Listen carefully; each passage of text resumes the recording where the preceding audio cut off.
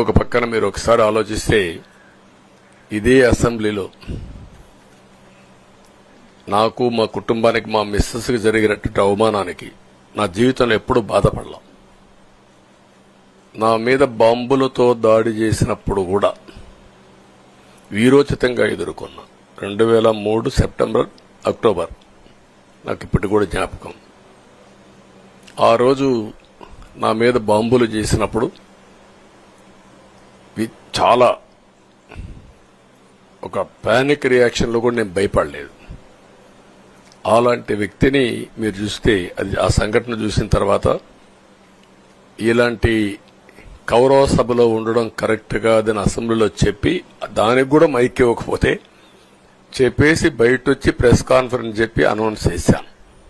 మళ్లీ క్షేత్రస్థాయిలో గెలిచి అసెంబ్లీని గౌరవ సభ చేసి అసెంబ్లీకి ఎంటర్ అవుతానని చెప్పాను. నేను ఏదైతే ఆ రోజు ఒక ప్రతిజ్ఞ చేశానో దాన్ని నిజం చేయడానికి ప్రజలు సహకరించారు. మామూలుగా సహకారం కాదది.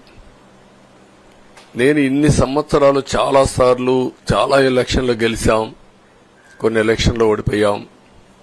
ఎలక్షన్లో ఓడిపోయినప్పుడు నేను ఎప్పుడూ కుంగిపోలేదు. ఎలక్షన్లో గెలిచిన తర్వాత గంతులేయలేదు. నిబ్బరంగా ఓడిపోయినప్పుడు ఒక బాధ్యత ప్రతిపక్షంలో ఉండి పనిచేయాలి, గెలిపించినప్పుడు ఒక బాధ్యత ప్రజలకు మెరుగైన సేవలు అందించి వాళ్ళని ముందుకు తీసుకుపోవాలని ప్రయత్నం చేశాం. ఎప్పుడూ ప్రజాప్రచారనే ఉన్నాం. అలాంటిది జరిగిన తర్వాత ఈరోజు మళ్లీ ఇదే అసెంబ్లీకి నేను ఏదైతే చెప్పానో అది చేసి వెళ్ళడం అనేది ఒక తృప్తి, ఒక గౌరవం. ఆ గౌరవాన్ని నిలబెట్టిన ప్రజలను కూడా మనస్ఫూర్తిగా అభినందిస్తూ మీ రుణం తీర్చుకుంటాం.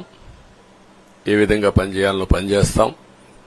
మీ ఎక్స్పెక్టేషన్స్ ప్రకారం పనిచేసి అయితే ఎప్పటికప్పుడు మీరందరూ కూడా మేము ఓటేసాం, మా పని అయిపోయింది, ఇంకా మీరు చూసుకోండి కాకుండా ఎప్పటికప్పుడు మమ్మల్ని నడిపించే బాధ్యత, మాకు సహకరించే బాధ్యత, మళ్లీ రాష్ట్రంలో ఉండే ప్రజలందరం బాగుపడాలంటే ఏం చేయాలో మేము చేసినప్పుడు ఎప్పటికప్పుడు ఫీడ్బ్యాక్ ఇచ్చి నడిపించే బాధ్యత తీసుకోవాల్సిందిగా వారిని కోరుతున్నా.